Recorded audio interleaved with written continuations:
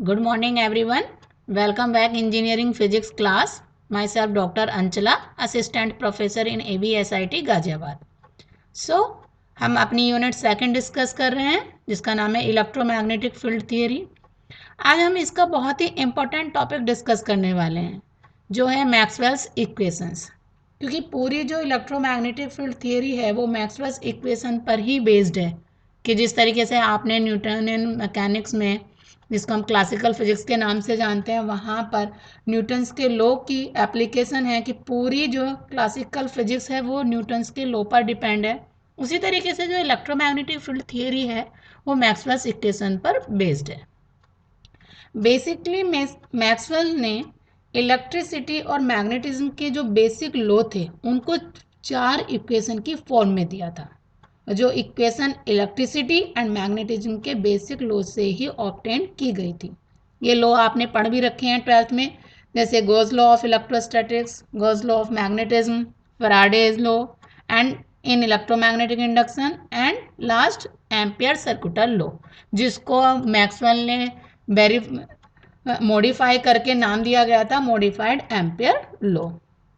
और इन्हीं लॉ की जो मैथमेटिकल बेस से मैक्सवेल ने प्रेडिक्ट किया था कि every accelerated charge always emit electromagnetic wave and these electromagnetic wave travels with the speed of light in vacuum. So जो लाइट है वो भी एक इलेक्ट्रोमैग्नेटिक वेव ही है. सबसे पहले मैक्सवेल ने ही इलेक्ट्रोमैग्नेटिक वेव की स्पीड को कैलकुलेट किया था, जो पाई गई कि उसकी स्पीड जो होती है वो लाइट की स्पीड के इक्वल होती है. So light is a electromagnetic wave. तो हम स्टार्ट कर लेते हैं अपनी मैक्सवेल्स इक्वेशन से. मैक्सवेल्स इक्वेशन की दो फॉर्म होती हैं, एक फॉर्म होती है इंटीग्रल फॉर्म और दूसरी फॉर्म होती है डिफरेंशियल फॉर्म.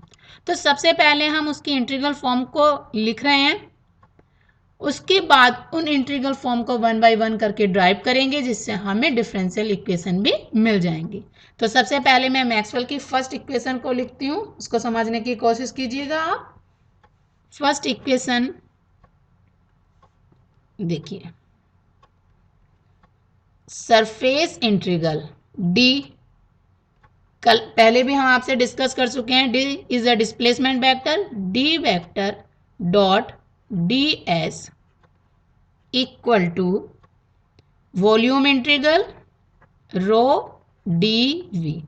बेसिकली ये जो फर्स्ट इक्वेशन थी ये गॉस लॉ ऑफ इलेक्ट्रोस्टैटिक्स ही थी, तो हम इसका नाम लिख सकते हैं कि ये कहाँ से ऑब्टेन की गई थी. Gauss law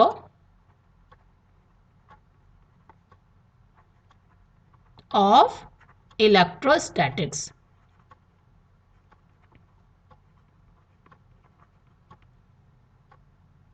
clear. Second equation पर आ जाते हैं. Second equation surface integral B dot D S equal to 0. ये भी आपने पढ़ रखा है. This is the Gauss law of magnetism. Gauss law of magnetism. दो इक्वेशन हो गई. थर्ड इक्वेशन पे आते हैं हम. इसकी line integral E dot D L equal to minus surface integral del dot del B over del T dot D S. ये क्या था. Basically this is the Faraday law in electromagnetic induction. ये भी आपने 12th में study कर रखा है. This is the Faraday law of electromagnetic induction. Clear. Last fourth equation आती है इसकी line integral H dot D L equal to surface integral J plus del D over del T and dot D S. This is the modified Ampere's law. Clear. ये हम कल भी आपके साथ discuss कर चुके हैं, ठीक है। अब देखिए सिंपली जैसे मैंने फर्स्ट इक्वेशन लिख दी, surface integral D dot D S equal to volume integral rho D B. ये क्या था आपका गॉस लॉ ऑफ इलेक्ट्रोस्टैटिक्स था। Second Gauss law of magnetism, third Faraday law of electromagnetic induction, and third जो होता है जो आपने 12th में पढ़ रखा है एम्पियर सर्कुलर लॉ। उसी लॉ को बेसिकली मैक्सवेल ने मॉडिफाई किया था, जिसमें करंट डेंसिटी J के साथ एक टर्म और ऐड होती है del D over del T. हम इसके बारे में अपने पास लेक्चर में पढ़ चुके हैं कि del D over del T क्या है, बेसिकली एक डिस्प्लेसमेंट करंट डेंसिटी की वैल्यू होती है।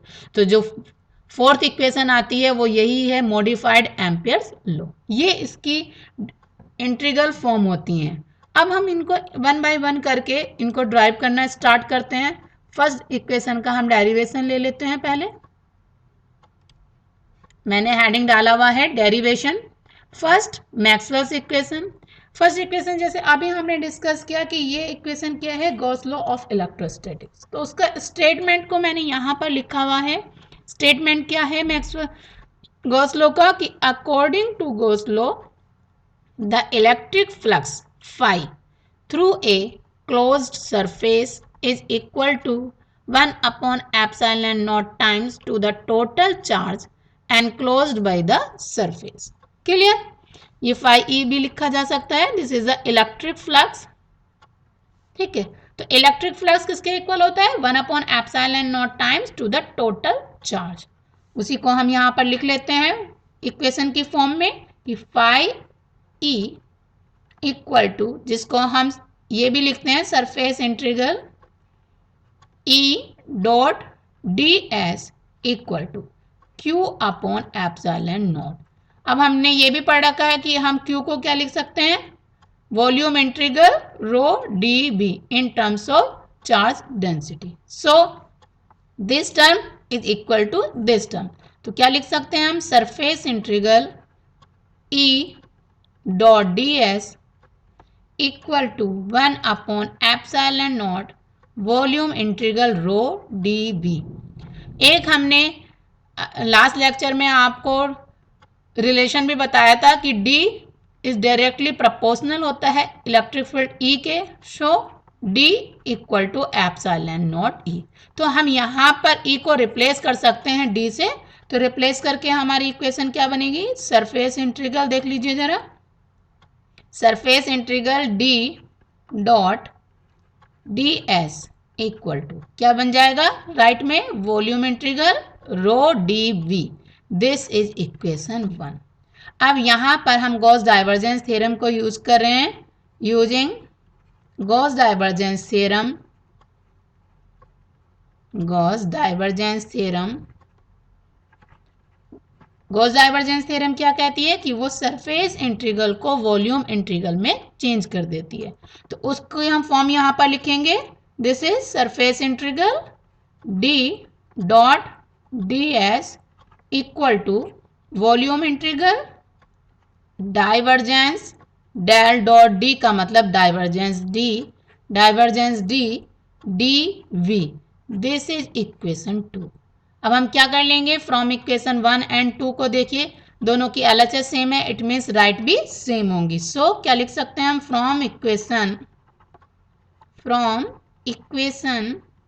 1 एंड 2, इससे हमें क्या मिलेगा, नेक्स्ट पेज पे हम लिख लेते हैं, से मिलेगा हमें volume integral this divergence d, del dot को मैं बार बार बता रही हूँ आपको कि this is the divergence d v equal to volume integral rho D v. दोनों तरफ हमारा वॉल्यूम इंटीग्रल आ गया, हमें क्या मिल जाएगा, del dot D equal to rho. यही हमारी फर्स्ट मैक्सवेल इक्वेशन की डिफरेंशियल फॉर्म होती है। तो हमने पहले इंटीग्रल फॉर्म को ड्राइव किया, उस इंटीग्रल फॉर्म से हमने गॉस डाइवर्जेंस थ्योरम को यूज करके अपने डिफरेंशियल फॉर्म को ऑब्टेन कर लिया। तो this is the first differential form of Maxwell equation. Clear? Second equation पे चलते हैं। ऑलरेडी मैंने हेडिंग डाला हुआ है मैक्सवेल सेकेंड इक्वेशन। आपको अभी हमने डिस्कस किया था कि जो सेकंड मैक्सवेल्स इक्वेशन है वो गॉस लॉ ऑफ मैग्नेटिज्म है, उसी का मैंने यहाँ पर स्टेटमेंट लिखा हुआ है। देखिए, according to Gauss law the total magnetic flux through a close surface is always zero. वो हमेशा क्या होता है? जीरो होता है, net magnetic flux through a close surface. Clear? उसी का स्टेटमेंट हम यहाँ पे लिखते हैं इक्वेशन की टर्म में कि surface integral B dot D S equal to zero. यही आपकी सेकंड मैक्सवेल इक्वेशन थी इन फॉर्म ऑफ इंटीग्रल। अब यहां पर हम फिर से गॉस डाइवर्जेंस थ्योरम यूज कर रहे हैं, तो लिखेंगे using Gauss divergence theorem, Gauss divergence theorem clear. Gauss divergence theorem का फिर वही रोल कि सरफेस इंटीग्रल को वो वॉल्यूम इंटीग्रल में चेंज कर देगी। B dot D S equal to volume integral del dot b and d v. ये हमारी इक्वेशन 2 हो गई। अब हम यहां पर लिख सकते हैं कि फ्रॉम इक्वेशन 1 एंड 2 क्या मिलेगा हमें? Volume integral del dot v d v equal to zero. क्या आ गया हमारा final result? Divergence b, it means del dot B equal to zero. और यही सेकंड डिफरेंशियल फॉर्म होती है मैक्सवेल्स की। जो सेकंड इक्वेशन है उसकी ये डिफरेंशियल फॉर्म होती है। तो हमने सेकंड इक्वेशन को भी ड्राइव कर लिया। ठीक है, नेक्स्ट चलते हैं मैक्सवेल की थर्ड इक्वेशन पर। जैसे हमने मैक्सवेल की थर्ड इक्वेशन बताई, वो क्या है? Faraday law of electromagnetic induction. तो जो फैराडे लॉज इलेक्ट्रोमैग्नेटिक इंडक्शन का, उसका स्टेटमेंट क्या था कि according to Faraday's law of electromagnetic induction the electromotive force induced in a closed loop is directly proportional to the rate of change of magnetic flux। कि जो induce EMF है वो किसके डायरेक्टली प्रोपोर्शनल था? Rate of change of magnetic flux. ये law Faraday ने दिया था। तो उसके अकॉर्डिंग क्या लिखा जाता है कि E induce EMF is equal to minus del phi over del T. This is हमारा इक्वेशन 1। क्लियर? अब हम मैग्नेटिक फ्लक्स को लिख लेते हैं कि the magnetic flux through close circuit या थ्रू ए सर्किट इज, वो भी आप जानते हैं पहले से ही, फाई इक्वल टू क्या होता है? Surface integral B dot D S. ये सब आपने 12th में फॉर्मूले पढ़ रखे हैं। नेक्स्ट कि द ईएमएफ, जो इंड्यूस्ड इलेक्ट्रिक फील्ड है, ईएमएफ इज रिलेटेड, इंड्यूस, ये लिखा हुआ है इसकी full form, electromotive force, EMF is related to electric field. Electric field से किस तरीके से रिलेटेड है वो? E equal to line integral E dot D l. अब हमारे पास इस तरीके से 3 इक्वेशन आ गई। हमने करना क्या है? इक्वेशन 2 एंड इक्वेशन 3 से को यूज करेंगे हम इक्वेशन 1 में। इट मीन्स हम इक्वेशन 3 से E की वैल्यू, इक्वेशन 2 से फाई की वैल्यू को सब्स्टिट्यूट कर देंगे इक्वेशन 1 में, तो हमारी मैक्सवेल की थर्ड इक्वेशन हमें मिल जाएगी। लिखेंगे हम using equation 2 and 3 in equation 1। जरा इक्वेशन 1 में रखेंगे तो क्या मिलेगा हमें? E की जगह हम क्या लिख सकते हैं? Line integral E dot D L equal to minus del over del t surface integral B dot D s. मैं डेल ओवर डेल टी को अंदर ले जा रही हूं, तो हमारी इक्वेशन किस तरीके से बन जाएगी? Line integral E dot D L equal to surface integral del B over del T dot D s अब यहाँ पर हम गॉस डाइवर्जेंस थ्योरम यूज ना करके, क्योंकि बिकॉज यहाँ पर हमारा क्या है, line integral and surface integral, तो यहाँ पर हम यूज करेंगे स्टोक्स थ्योरम को। स्टोक्स थ्योरम का वर्क क्या है कि वो लाइन इंटीग्रल को सरफेस इंटीग्रल में चेंज कर देती है। तो यूजिंग स्टोक्स थ्योरम,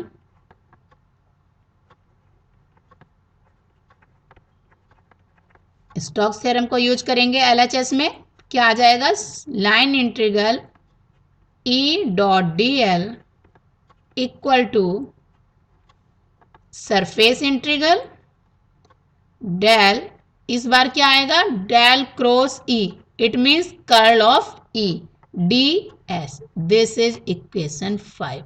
हम लिख सकते हैं from equation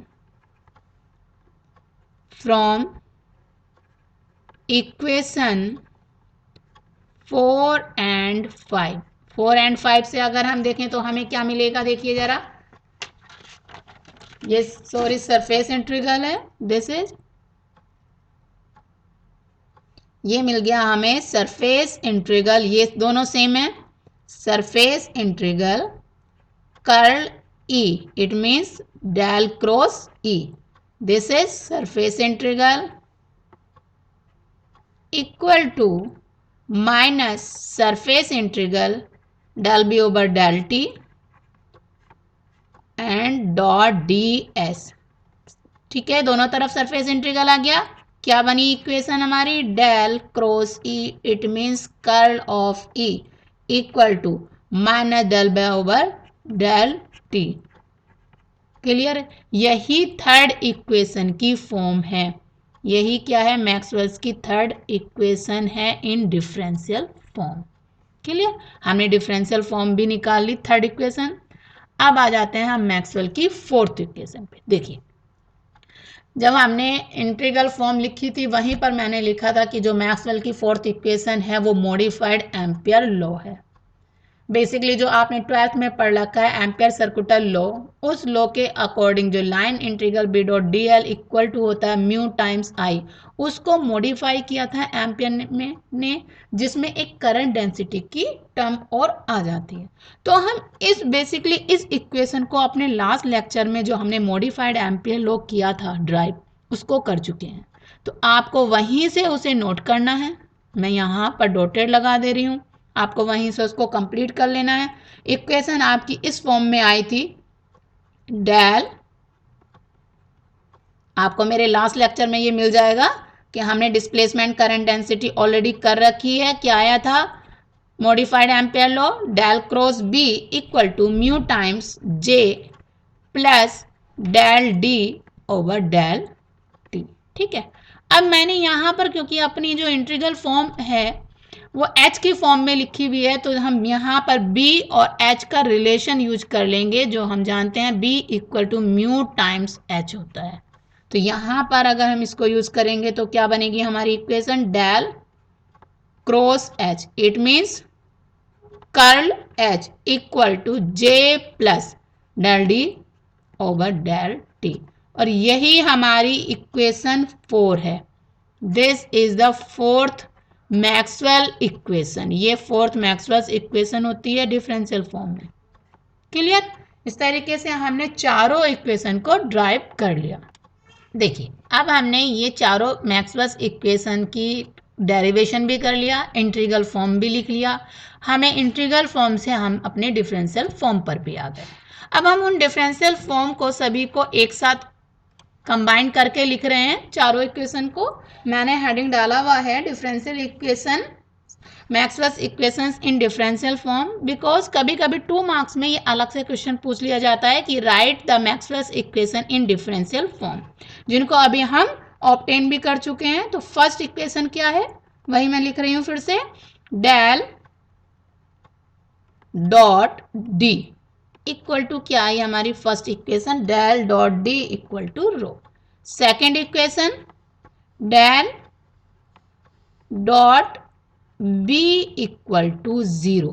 clear, third equation हमारी आती है del cross e, it means curl of e equal to minus del B over del t. Clear, fourth equation आती है हमारी del cross h equal to j plus del D over del t. इस तरीके से हमारी जो चारों Maxwell's equations हैं उनकी मैंने यहाँ पर डिफरेंशियल फॉर्म को लिख लिया। क्लियर? अब देखिए कभी कभी क्वेश्चन ये आ जाता है कि जो मैक्सवेल्स इक्वेशंस हैं उनको फ्री स्पेस में लिखिए। तो आप सबसे पहले क्या करेंगे, मैक्सवेल्स इक्वेशन को फ्री स्पेस में लिखने के लिए फ्री स्पेस की कंडीशंस को लिखेंगे। फ्री स्पेस की कंडीशन क्या रहेगी, क्योंकि वहां पर चार्ज कोई फ्री नहीं है, it means rho, this is a charge density zero. Charge density zero है तो ऑब्वियसली जे क्या हो गया, वो भी जीरो हो गया। एंड जो परमिटिविटी होती है एप्सिलॉन, वो किसके इक्वल हो जाएगी, एप्सिलॉन नॉट के, because epsilon naught is the permittivity of vacuum या हम कहें free space. And mu equal to mu naught, mu naught is the permeability of medium, mu is the permeability of medium and mu naught is the permeability of free space। तो जो हमारी Maxwell's equations हैं वो किस तरीके से change होकर आ जाएंगी, जो हमारी फर्स्ट इक्वेशन रहेगी वो क्या बन जाएगी आपकी, del dot D equal to अब हो जाएगी वो जीरो, कहाँ पर, फ्री स्पेस में। सेकेंड इक्वेशन में कोई चेंज नहीं आने वाला, वो ऑलरेडी जीरो है, del dot B equal to zero. Third equation आपकी del cross E equal to minus del B over del T. और फोर्थ इक्वेशन में फिर से आपका जो जे है वो जीरो हो जाएगा, तो इक्वेशन रिड्यूस होकर क्या हो जाएगी, del cross h equal to del D over del t. तो इस तरीके से बेसिकली ये जो मैक्सवेल्स इक्वेशंस हैं इनको अगर हम फ्री स्पेस में लिखें तो इस तरीके से आ जाती हैं कि del D over del t equal to zero, del b dot B equal to zero, third del cross E equal to minus del B over del T, and fourth equation del cross h equal to del D over del t. तो इस तरीके से हमने ये Maxwell's के equations को free space में भी लिख लिया। अगर आपको याद नहीं रहता है तो आप सबसे पहले क्या करेंगे कि मैक्सवेल्स की इक्वेशंस को यहाँ ये लिखेंगे, देन उसके बाद फ्री स्पेस की कंडीशन लिखेंगे और तब ये आप कन्वर्ट करके लिखेंगे। अगर आपको याद रह जाता है तो आप डायरेक्ट इनको लिख सकते हैं 2 मार्क्स के क्वेश्चंस के लिए। तो आज के लिए इतना ही। आज हमने अपनी मैक्सवेल्स इक्वेशन जो इलेक्ट्रोमैग्नेटिक फील्ड थ्योरी के लिए सबसे इम्पोर्टेंट है उसको डिस्कस किया। उसकी हमने दोनों फॉर्म लिख ली, इंटीग्रल फॉर्म भी, डिफरेंशियल फॉर्म भी, साथ में हमने उनका डेरिवेशन किया और लास्ट में हमने मैक्सवेल्स इक्वेशन को फ्री स्पेस में भी लिख लिया। तो इन सबको आप अच्छे से नोट कर लीजिए और याद करने की कोशिश कीजिए। नेक्स्ट लेक्चर में हम पॉइंटिंग थ्योरम को डिस्कस करेंगे। Thank you.